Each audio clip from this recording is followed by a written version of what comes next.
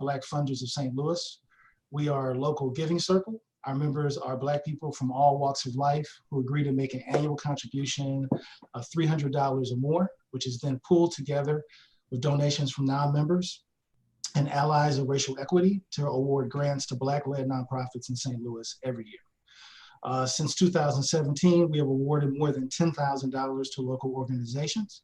In addition, we as members are encouraged to offer our time and talent to support Black-led nonprofits in the community. Our work is rooted firmly in the pursuit of racial equity in the fair of St. Louis. If you'd like to learn more about us, our grant cycle, giving circles, and this webinar series, I'd ask you to visit our website, which is blackfundersstl.com. I'd also like to acknowledge our fiscal sponsor at this time, Deaconess Foundation, which is providing technical assistance for all of the webinars that you have been attending and will be attending. Today's session is called The Leaders We Need, Nonprofit Board Development. We are joined by the fantastic, nationally recognized trainer, and Marissa Q. Payne.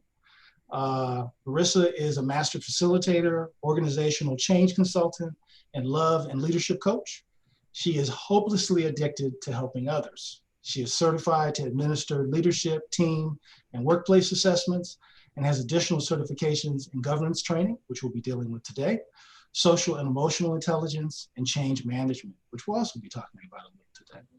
In addition, for almost a decade, Ms. Payne has been helping establish women presidents, CEOs, and other executive leaders in the nonprofit sector who are ready to make shifts to drive change in their organizations and communities and lead more courageously. Last but not least, she and her husband co-host the podcast, Life, Love, and Leadership with Dr. James and Marissa Q. Payne. Marissa, welcome to the Lunch and Learn series. How are you? I am fantastic and super excited about this discussion. Thank you so much for having me. Good. So I'm going to mute myself and I'm going to let you do your thing. Awesome, awesome. So hello, everyone, and thanks so much for joining us.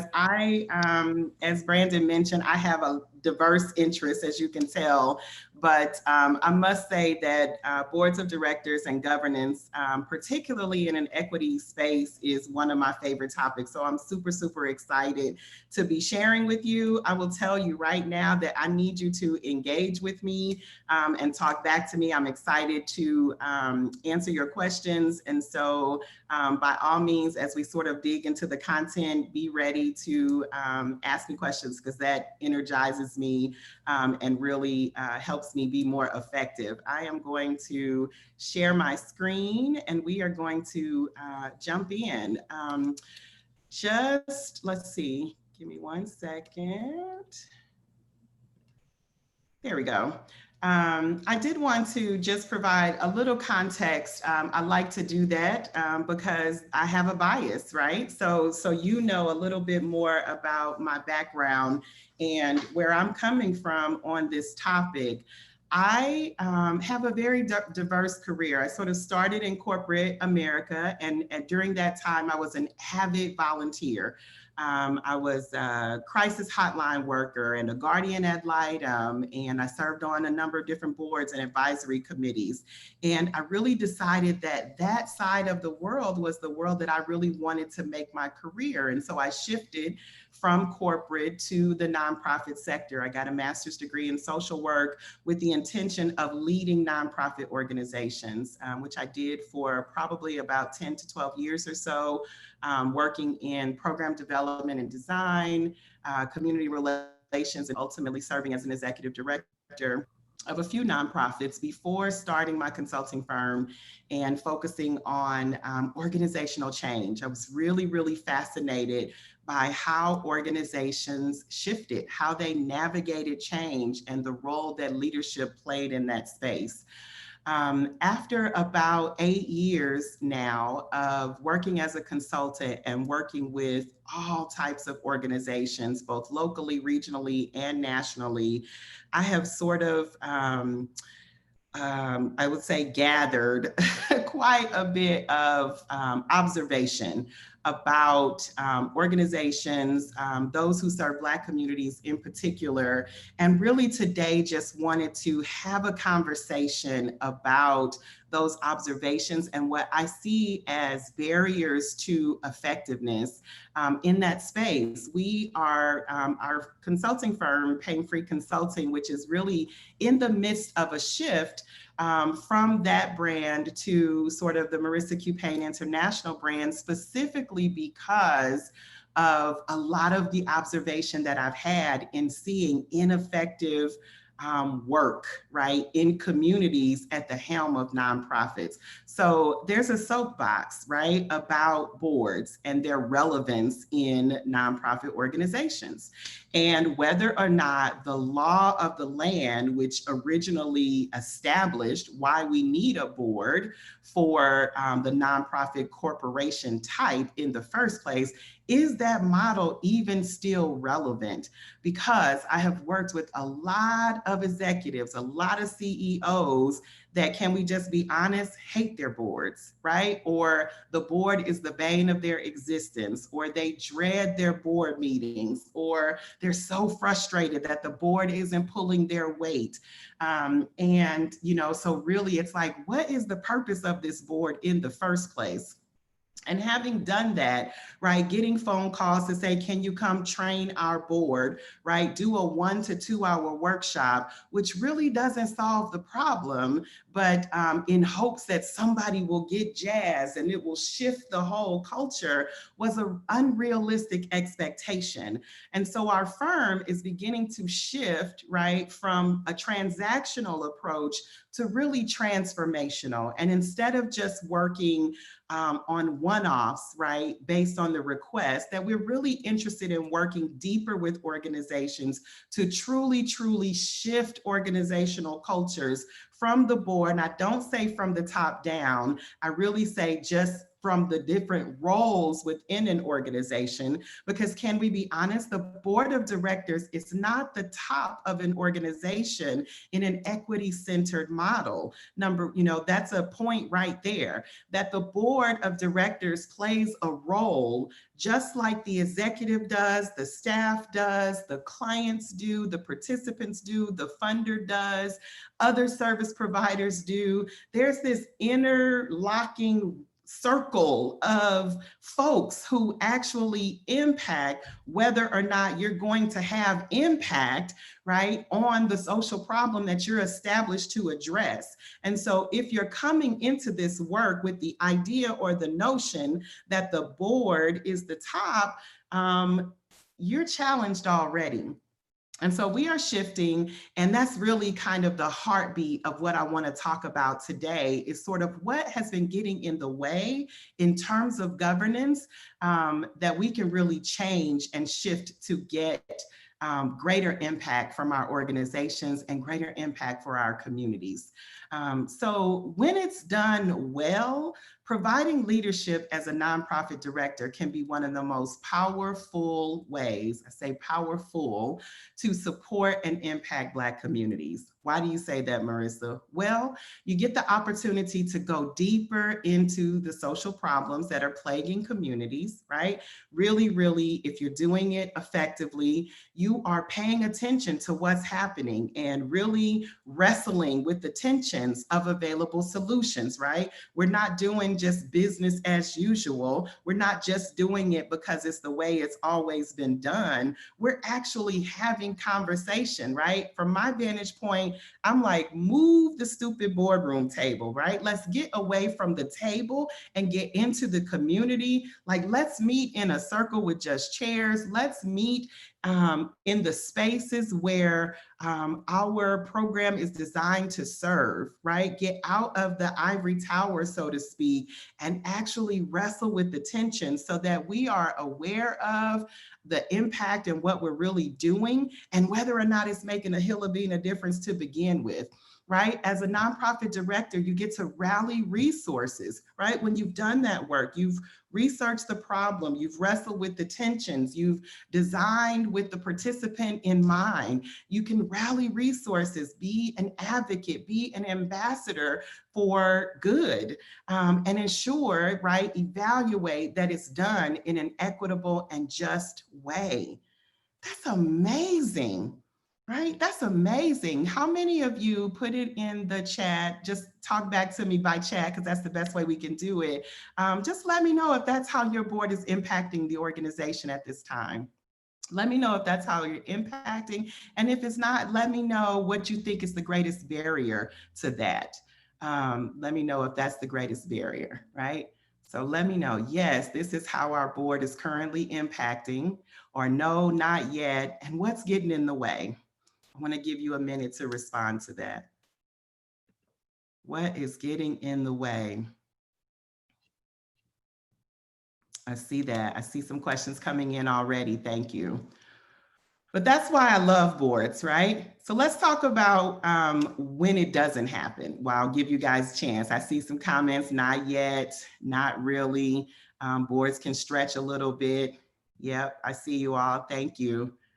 Good, good, good. I see some good board comments as well. Yes, this is how we're acting. Good. Okay, so let's talk about some of the things I've observed in time that says, I've called them sort of 3 solvable symptoms of ineffective boards, right? Again, I have worked with a lot of boards over the past 15, 20 years, and really a lot of those challenges can be clustered down to really 3 symptoms, generally speaking, when we get calls. They can be reduced to kind of 3 areas, and we're gonna talk about that.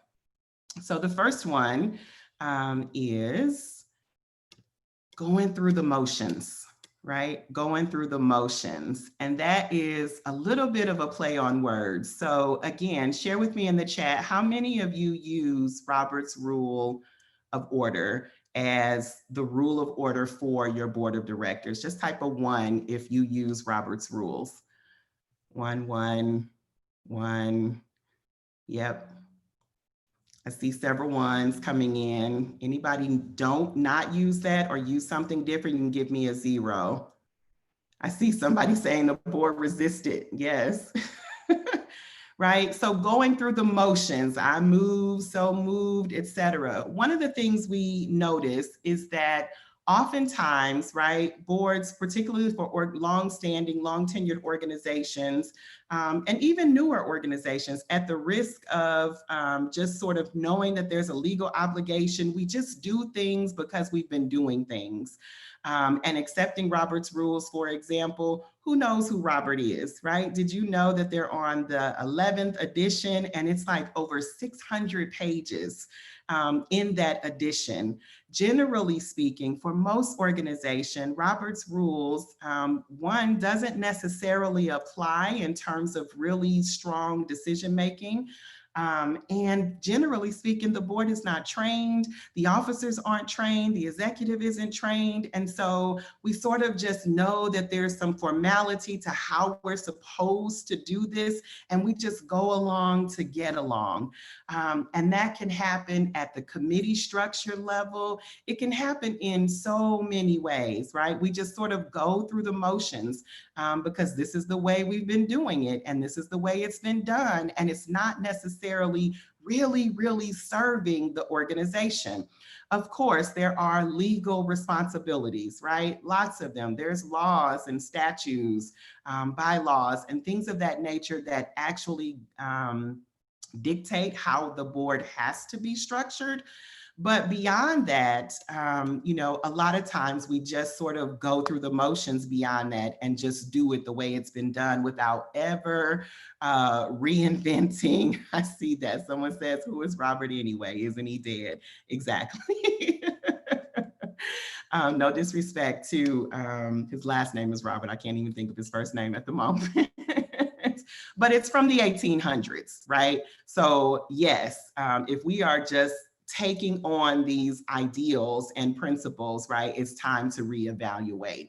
So how do you do that, right? You need to actually focus on the areas that matter to your organization, right? So yes, the IRS, yes, you need to review the 990, right? Yes, you have to have 3 officers by state statute, depending on which state you're in. What are the other authority bodies that govern what you're supposed to do by law to fulfill your requirement? But that is really the starting point. Beyond that, oftentimes, folks get intimidated about this really powerful role because it seems so there's bylaws, right? Anytime you get law, you feel legal, and there's requirements, and yes, there are, and it's our responsibility, someone's responsibility, to pay attention to that and to know that and to make sure everyone is informed about that so that we can actually show up fully and do what we need to do. Right? But beyond that, it's more than just roles, right? It's also responsibility. So you start with the important sources of authority for your organization, right? We have a phrase we like to say, you've seen one board, you've seen one board. So everyone is not the same, right? So you can't just take a template off the internet and apply it to your organization, or take, a template from another organization. It's a starting point, but you really do have to have a conversation about what works and what's appropriate for your organization. Again, a starting point, right? After that, right, so we know that there's responsibilities, right? These are the things that foundational things that you generally know already, right? So individual board members versus the full board. This is something that shows up a lot, where one particular board member or a long tenured board member really is kind of holding the power, so to speak.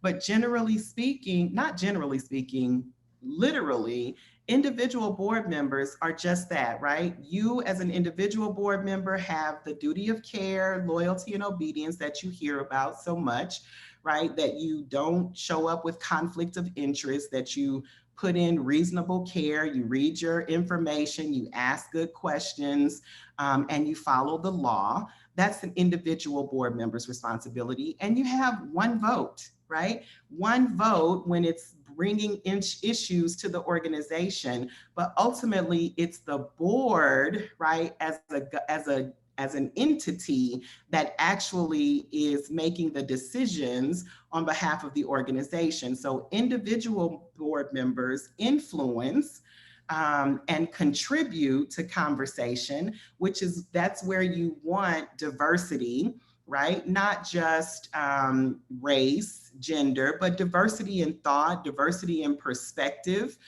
which is something that you can really kind of screen and source for specifically, because you really want to have thoughtful conversations, right? Again, scooting the board table away, but how are we actually engaging and talking about the issues that really matter? You want to be able to do that and then be able to rally that conversation in a way that's meaningful. When we make a decision as a unified entity on behalf of the organization, and ideally in concert with or in collaboration with the other people, right, that are also the other organizations and the other entities that are actually addressing these issues. So another important thing to notice. So more than a role, it's a responsibility, right? It's a responsibility. And so if it's not working, if it doesn't make sense, and you aren't on the board, or you are the CEO working with the board, you have a responsibility for ensuring that you get to a place where the board is actually fulfilling a role that makes a difference in the organization. And it's different, right, than other roles that are being fulfilled. Again, not supreme, not superior per se, but different and meaningful and impactful. And that changes and it evolves, right? Organizations are organisms, and what you needed when you were in your first 5 years is different when you're in your 25th year, and different when you're in your 65th year, et cetera. And so this is just kind of a model for, the types of boards that might, how your board might evolve and what it might look like. And, asking yourself, what do we need now? Right? Not just going through the motions, but what do we need now at this time in the organization, right? Depending upon how staffed you are, you have your executive. Do you have a chief financial officer on staff? Determines how the treasurer's role may look. Do you have a chief program officer? If you don't have those roles, then some of that may be fulfilled through committee at the board level. If you do have those roles, then the board, may focus on policy and other issues, but really having a conversation as your organization grows and evolves about what role, in addition to the legal responsibilities and the fiduciary responsibilities, how do you actually impact this organization in a way that makes a difference, right? That's what draws and attracts great leaders, other people, to want to actually be a part of something great. All right, I'm gonna pause for a moment because I know that was a lot of information. I'm gonna take a peek at the chat here, see what questions we have. Okay, so I see a question about gaps. This is really good. So gaps in fundraising, maybe when you have an executive who may have gaps, or, and we'll talk about this a little bit more, but what do you do with gaps, basically, whether it's with the executive or with the board? And I think that, this is actually a good slide to sort of be on, because like I said, the organization evolves, right? So yes, one of the board's responsibilities is to hire a chief executive and to support the chief executive and to evaluate the chief executive. And there's a lot of ways to do that. And if you identify a gap, ideally you work in partnership with the chief executive. And so thinking about the organization and its needs, in this season and at this time, if fundraising is a major priority for the organization and your executive does not necessarily have the skills for where you need, right? How is the board investing in its budget to ensure that the executive either, gets the skills, or you appoint, right, a resource, you add a resource to support it, that the board what's the word I'm looking for, recruits, right, your fund development committee to actually strengthen and balance that there's a dashboard put in place in terms of the performance, standards and goals for the year, that you set really clear expectations, and that the chief executive can kind of determine how they're going to reach those goals. Either they do it themselves or they find a way to do it, but it's a partnership. So there's a lot of ways to sort of to fill gaps. I think identification is the first step, and then knowing that there's a bunch of different ways to do it. Sometimes, it's not uncommon for, the organization's growth to sort of outgrow, right, the skill set of either board or staff roles. And that's conversation that has to be had. Like, the more we focus on the mission of the organization, the purpose that we're fulfilling in the community, and less on the humans and the egos and the power structures and centers, that is really where a lot of organizations tend to get into trouble. And really recruiting the kinds of people that sort of understand that and are willing to, share power, and that it's not, you can sort of assess a board meeting. We do a lot of board meeting observation and pay attention to what's being discussed and the kinds of questions that are being asked and discussed. What are, are we talking about tablecloths and micromanaging from, $5 here and $15 here? Are we talking about the impact of our program and is it really making a difference, and what barriers are being put in place for the participants? How responsive are we being? All of those things, you can tell a lot from that vantage point. I hope that helps. I want to make sure I'm paying attention to my time also. Okay, good. We're doing okay. Oh, other questions I see. Jumpstarting committees for new or growing boards. Is it appropriate to have non-voting board members? Love that question. Again, you've seen one board, you've seen one board. So really the question is, what does our board need now, right? So when you are just getting started, you are doing, you're sort of at this coverall stage, right? There's a lot going on, and sort of what are you focusing? Is the program well established? Are the services clear? Do you have the funding that you need? So really thinking about and having a strategy, right? So a goal for where you're going in the next 12 to 18 months at least. And that you're always moving in that direction. Another opportunity for your board is that it's always working ahead, right? Assuming you have staff, right? Some organizations, when you're just getting started, you don't have staff. So you're doing both at the same time. You're working, the now, and you're working the future. So there's not necessarily always a right or wrong. It's really more about what we need at this time. I am a big fan of having non-board members of some committees because I see it as a great pipeline for future board members, right? Bringing on board members is not something that should be done lightly. Because it is as we talked about, it's a powerful appointment and responsibility, emphasis on responsibility, and you want someone that's actually appreciates and understands the role, and that they're actually going to give and contribute in the way that you really need them to. And the best way to know that, right, is a predictor from previous behavior. So you want to have seen them in action on behalf of the organization, if at all possible. And if not, at least on behalf of somebody else's organization. So non-board committees is a great way to do that, or work groups or task forces is a great way to do that.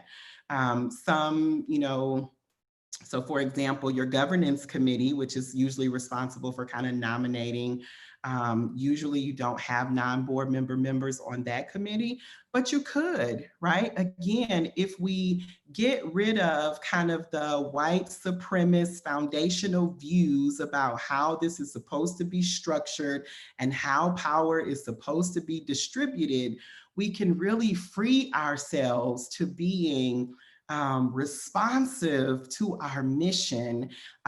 Governance is the work. The board is just a structure to actually fulfill that. And in fact, it's only one piece, right? It's only one piece. That here's really the definition, right? The governance is a system of interconnected roles and responsibilities, policies, practices delegated to shape and provide for the life and work of an organization while doing the stuff that we usually attribute to boards, right? The legal, ethical, and fiduciary compliance. Where is your board in this, right? Where are you in this? What do you focus on the most, right? What do you think about your board meetings, right? What's the agenda? What's holding the bulk of your agenda? Right? Is it shared space? Are you talking about the life and work of the organization, right? The life cycle, where are we? Are you talking about, are you evaluating? Do you even get information about that? Are your policies, have you reviewed them? Are they responsive to what's happening in the climate today?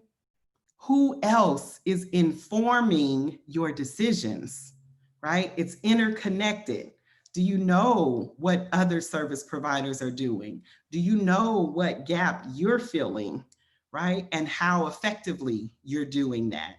What kind of data are you reviewing and evaluating, right? You are steering, governance is to steer, but in order to do that effectively, there's a lot of stuff you got to know, right, about the landscape.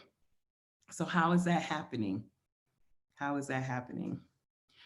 All right. Number two, symptom number two is misguided focus, right? So we've talked about this a little bit, and this can be rephrased in a number of different ways. It can be majoring in the minors, it can be focusing on the wrong thing. But ultimately, ideally, right, it's getting really clear about what is the role of the board in this organization at this time, and ensuring that we're designing the board in a way that ensures that it actually does that. The governance as leadership model really is one model for trying to get to a place where we're doing this.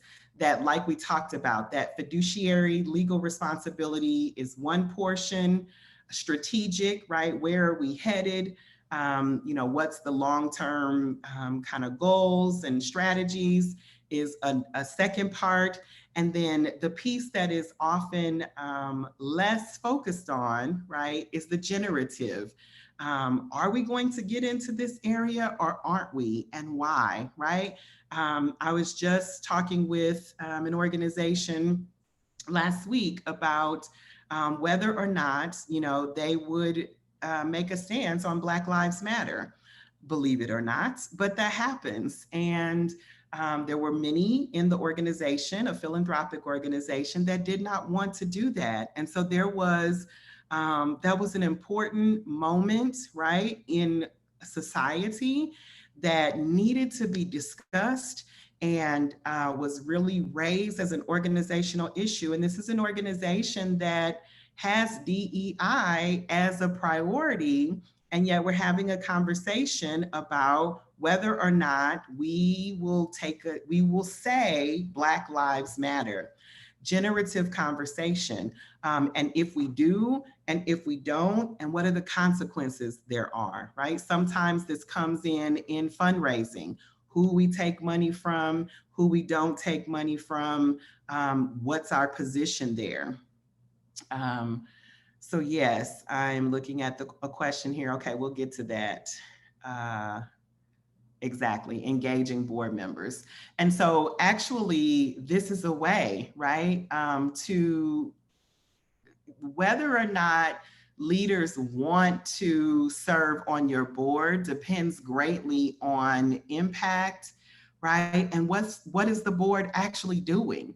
What are you actually doing? Are we doing more than just meeting? And when we do meet, how meaningful, how impactful are they? How relevant is it? What's the work? What am I actually supposed to do here? Are we getting anything done? Right? No one wants to come and spend 2 hours talking about tablecloths, right? And you're not necessarily using my expertise, or we're not talking about anything. And so if your board meetings are not designed, all of the stuff that's past, right? How much of your board is present and future focused, your board meetings, and how much of your meetings are reporting on stuff that's already done? Because we don't really need to hear that, right? So again, you really want it to be forward focused, ideally. And so how do you need to shift so that, again, the board's work is being done at the board level and the staff work is being done at the staff level?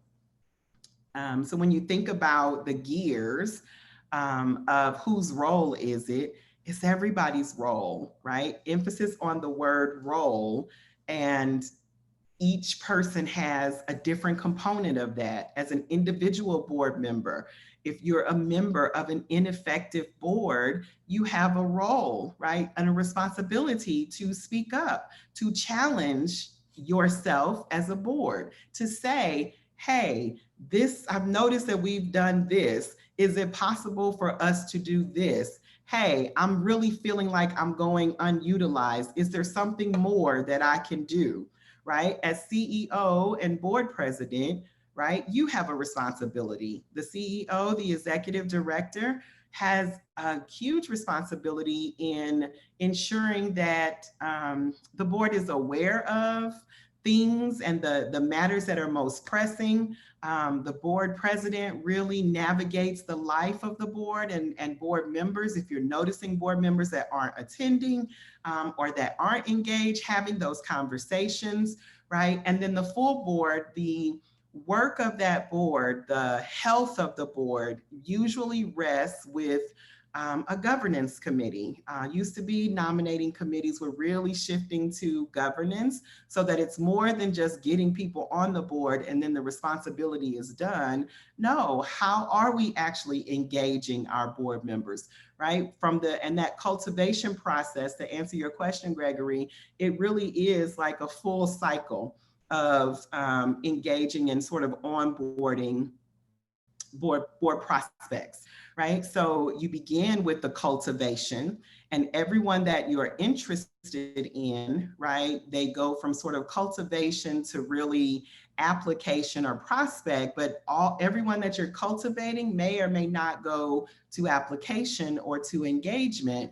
But you've got kind of a process, whether that's, coming down for a tour, attending an event, possibly joining a work group or a committee, or just kind of brainstorming about a particular issue, plugging them into the life of the organization, which of course means your organization has to have some life going on and some ways to do this. Sharing with them what it looks like, what it means to be on a board, inviting them to a board meeting, really, really important, so that they get a feel and a sense for what that looks like, and they can assess whether that makes sense for them or not. That your application process is asking, how do you show up in a team? What are you really looking for? That it's not just a resume builder for them, but what are you looking for? How can you best serve this organization? If when you sort of complete your assessment of what you need, hopefully the people that you're, recruiting, they fulfill more than one checkbox, right? So maybe they're Black and an accountant with experience in fundraising, or, oftentimes we say, well, we need a lawyer. Well, what kind of lawyer? Where are you going strategically as an organization? Are you going to be leasing a facility, a new building, so you need contract law? Are you going to be, there's all kind of law, right? So just because they're a divorce attorney does not necessarily help you unless you're a relationship serving organization and your clients need that service. So really being specific about what you're looking for, and then making sure you're asking and being upfront with the person that this is the service that we're looking for and how we want you to serve. Are you interested in doing that? Because sometimes people, I coach and talk for a living all day. I don't usually want to talk a lot in the evening. I'm an introvert. So I would not necessarily volunteer to do more coaching because I coach for a living all day. So if I volunteer, I might just want to rock babies or something completely contrary to what I do professionally. So all of those things. And then once they're on the board, having a really strong orientation process that introduces the financials, that introduces the culture, that introduces those tensions we've been talking about, so that they sort of understand it. And again, plugging them in, right? Lots of things to think about there. Okay, next question. Ooh, so good. Such a good question. So the question is, what if the board abdicates their governance role to the ED and doesn't do the work? Happens. Happens. I don't know if I have that slide in here, but there's definitely different ways of governing, right? There's governance as attendance, right? Where the board generally just shows up, but they're basically rubber stamping. This happens, and you can be pretty prone to this for a founder led organization or a really long tenured ED in place, where they've been in place and really the board is just kind of there because it has to be. Again, back to symptom number one. And it's tricky business making the organizational shift. We've done that a few times, and can be painful, but it's possible, again, because as board members, you have a responsibility. And generally speaking, all CEOs and executives know that. So it's really about how the board is showing up, right? Individual board members are showing up and what questions you're asking, right? Do you have an interest in leading a governance committee? Sometimes sharing, hey, I attended this workshop and I think we have some work to do in this area. I'd like to, volunteer to serve on this role or to be on this committee. It's something, this actually goes to the third area. It's actually a great segue to the third symptom, which is effectively addressing the human element. This one really, really hurts our organizations. And this can be people staying in the role too long, people not attending, haven't attended in a long time, and we don't actually get them off the board. All kinds of people, destructive people in board meetings, bad behavior. This can be people with views that are harmful to our values, bias, and things of that nature that show up that don't get addressed, right? In the spirit of silence is violence. Yeah, so I would say usually by the time, we get called in, it's because this kind of thing has been rampant in an organization. And, people are struggling, leaders are struggling with how to navigate it. And most of the time it's been going on for a long time, right? We know that change needs to happen, but change management is really about the human side of change, right? To actually get an organization to change, the humans in the organization have to do something different. And most of the time, we all know we need change in the organization, but if I got to do something different, or we got to change the meeting time, or you want me to come another time or something like that, then my hand goes down. And that can be really challenging to lead and to manage, particularly when it's a volunteer role. Can we talk about that, right?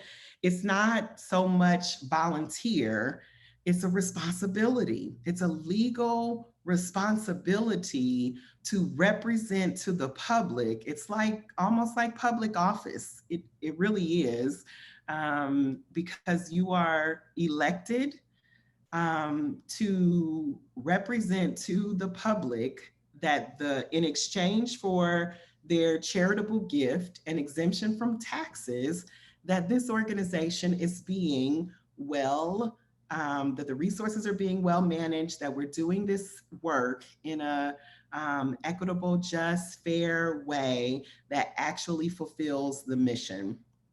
And that often comes with stuff. Stuff. So it takes courage to actually stand up and do that work at the individual level, at the board level, at the community level, as a network, right? And resources. Again, as I said, we are actually moving beyond just a single board in a single organization. The issues that are impacting our community are so much bigger than any one great dynamic CEO or one great organization can handle on their own. So we actually are getting to a place where we need governance inside of governance, right? That we've got to hear from those who are most impacted. They've got to be at the table. They've got to be engaged and a part of the process to really make this work and to be effective is really, really critical. I'm looking here at another question. Give me 1 second. Yes, talking about mentoring, another way to sort of cultivate new board members once they're oriented and onboarding is to actually have board buddies, and that sort of thing. Some people, he's saying that, some people have a waiting period before board members jump in and actually get fully engaged. So I love the idea of board buddies. I'm not as enthusiastic about waiting period as much, right? So why? Because their legal responsibility, their fiduciary responsibility doesn't wait, right? Again, particularly when it may be kind of a toxic or difficult environment to finesse, I think that's where I think a quality orientation process, which if you're small and you're only bringing in one person at a time or one or two people, it's as simple as a meeting or a series of meetings, right? You can be creative in how you structure it, but you still need to be comprehensive in, that they understand the program fully, they understand the financials fully, they understand the legal components, they understand the sources of funding, and the strategic plan and the core questions impacting the organization, because you want competent leaders from the community coming in and contributing their gift, their diversity, their expertise, and you want them to be able to jump in and serve and act really right away.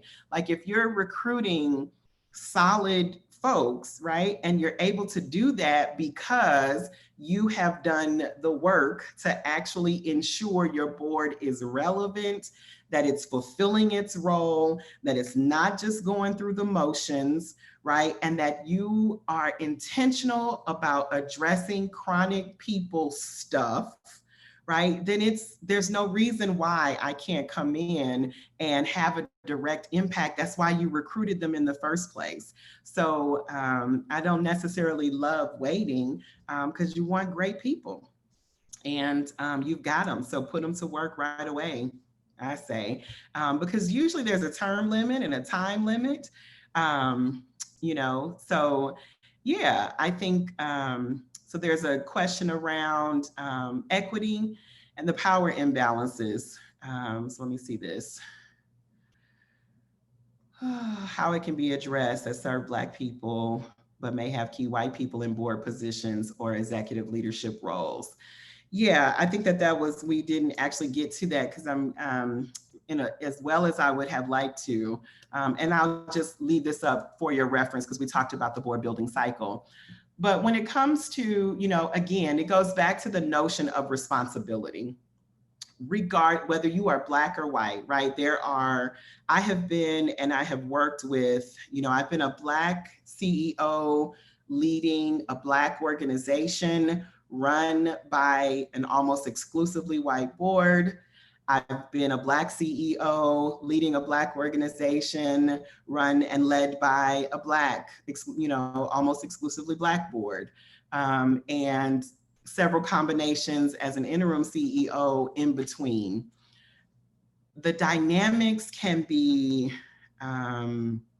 helpful or harmful, really, particularly for Black serving organizations. It is imperative, right, that we are able to have the conversations and that the distribution, again, of power, that it's that white supremacist view that the board is top, they hire the chief is top, they hire senior leadership, the leadership is top, they hire managers, the managers are top, the staff are here, we serve clients or help or fix clients.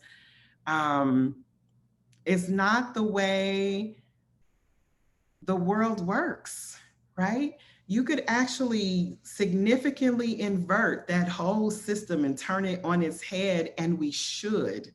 And we should, because you, if that in that model, you are making decisions from a vantage point for which you have no relationship, no frame of reference, and you're doing two instead of, and make like it's time out for that. And that can cause, right? And I have been in this position trying to share and explain to a board that doesn't get it why this doesn't make sense, and that is harmful to leaders, to people, to communities, right? And so we as an organization, as a community, as a sector, have to resist and fight back against that. We're beyond just diversity, right? We're beyond having Black and white, representation on the board. It's bigger than that, right? It's diversity of thought, of perspective, of vantage point, but we want to be equitable and ensuring that our programming, our leadership, our how we are serving is inclusive and informed and fair and just, right? To those that we're doing it. Great question. Let's see. COVID. Okay. Oh, yeah. So COVID created a distraction. The question is, how do I bring folks back from distractions? I mean, to be sensitive, but COVID came in, and board members have sort of been focused on a lot of stuff, personally and professionally, depending on where they are, and such that the organization may not necessarily be the priority, and not wanting to, add to an already difficult situation. And what I would say to that, and I have a lot of organizations that have, in the philanthropic sector in particular, that typically have met quarterly, generally speaking, in person for a day or two. And obviously now we're not meeting in person at all. Some are serving maybe community foundations, and communities have major issues. And so that organization is not necessarily priority. I think that, it's at the end of the day, it's relationships, and meeting the need and being flexible in how we respond. And so if you are accustomed to quarterly full day meetings, maybe now, right, you're doing snippets, you're doing 6 times, or not even necessarily having or feeling the pressure of putting how frequently it is, but what is the business that needs to be done, and centering around that, right? That's where maybe the committees are meeting on particular issues, and the full meeting is, less frequent, but more potent, right? Again, what are the key questions that you have, and how can you sort of shift, right? So doing it the same way that it was before may not be in the best interest of the organization at this time, but what does the organization need now, and how do we need to shift?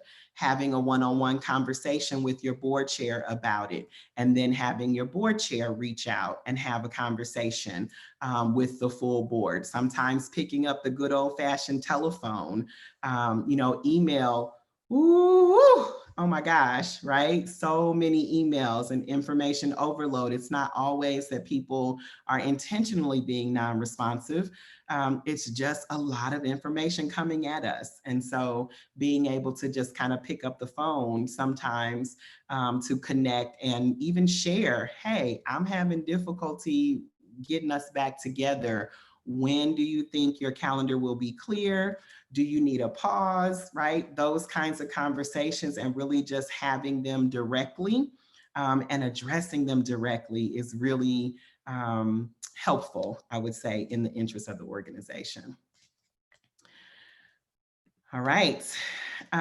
So I would say, in summary, when you are thinking about building a better board, looking at the board that you have now and really having a heart-to-heart about what might be holding you back. It might be going through the motions. It might be focusing on the wrong thing. It might be a human element, or it may be something different. I'd love for you all to just share back with me of those three things. If you can think about your board's greatest challenge right now, does it fall into one of those buckets, or is it something different? And then really courageously figuring out how in our system can we address this so that we become more impactful to the organization and to the community, and also to ourselves, and holding ourselves accountable. But what is it? What's your greatest challenge? And does it fall in one of those three, or is it something different? That's kind of a final reflection question. And how do you tackle it? How do you tackle it?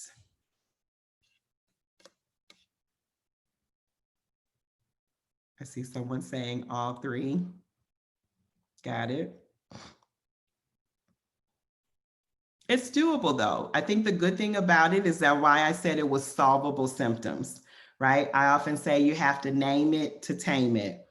It doesn't often happen overnight, but there are so many resources. I am a certified governance trainer with BoardSource, which is a resource that we use regularly. They have really, really great resources, many of them free templates for committee charters and job descriptions, and lots of available resources that, again, it's not one size fits all, but you take those starting templates to get people's juices flowing, and then you talk about what's really happening within our board and what's happening here, and then voila, you will be on the road towards recovery and being more effective.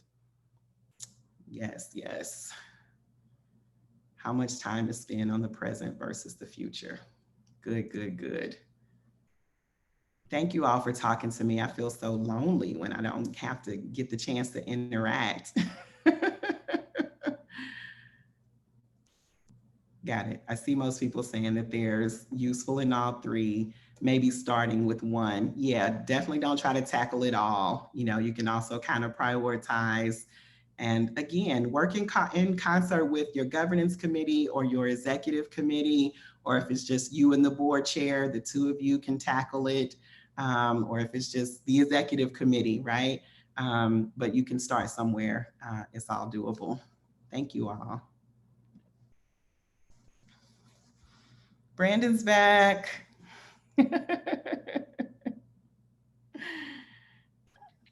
I'm back.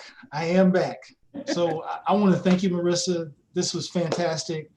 For those of you that are not familiar with Marissa, you need to get familiar with Marissa. Like I said at the beginning, she's kind of a big deal. She trains across the country. It was a treat to have you today. For those of you that know me or have been watching the webinar series since we started with COVID-19 related sessions in June, I always like to leave folks with some free resources. So I'm going to share my screen. I'm going to go through a couple things really, really quickly. So the first thing I want you guys to notice is that when you go to our website, and Marissa, you can't see the website, correct? I can. Okay, there's a link here at the very top. It says COVID-19 resources. I know that came up as a question. You'll notice that we have compiled a huge list of things. Some of these are funders, some of these are just tracking sources about how people can learn how to pivot. There's some legislation information, which I hope by now most of you have become familiar with. There are some really, really interesting conversations happening around philanthropy and equity right now, and I would definitely suggest that you become familiar with these things. Marissa also brought a board choice. I pulled up the website. If you haven't become familiar with this, it's been around for a long time. I can't imagine a time when I've been involved with nonprofit work that Board Source wasn't around. They have a tremendous, tremendous amount of resources. There's a really, really great article on Nonprofit Quarterly right now called What is Governance? The Best Practices for Boards. There's a huge list of additional articles that you can read on that. And finally, there was a question about how to engage board members during this very special time. I would encourage you to do two things, which is to go back to our website, watch the webinar series that we did specifically related to COVID-19. And finally, we've been talking about this a lot. There are a lot of companies that are stepping up to the plate and offering discounted services, but in general, TechSoup always has a large just plethora of a catalog of companies that it works with to offer access to things that you might not normally be able to afford, or in this particular time, find it difficult to afford. You can see that the discounted rates for an annual subscription to Zoom are really, really deeply discounted here through TechSoup. So again, these are some great resources for all of you. I want to thank you for being with us. Our next session, I believe, is on program design. You can go to our website or to our Facebook page to find those things. Last but not least, Marissa will give me her slide deck. That'll be on the website. You'll be able to access that. This recording will end up on our YouTube channel. You'll be able to go directly to that, or you can view it by going back to where we seat all the webinars after they've aired. Again, I want to thank you, Marissa, for joining us. This is fantastic. I really, really enjoyed that first table that shows kind of like the evolution of boards and what they need. It's very concise. I ask you guys to really take some time, look back at the slide deck, and challenge your board members. You know, they have a responsibility to be there for you. And those of us that are in executive leadership have a responsibility to work well with them. And that's something that we have to put the time in, right? It doesn't happen by magic. Again, I want to thank all of you for joining us. This is the end of the session, and we will see you in a week. Take care. Bye.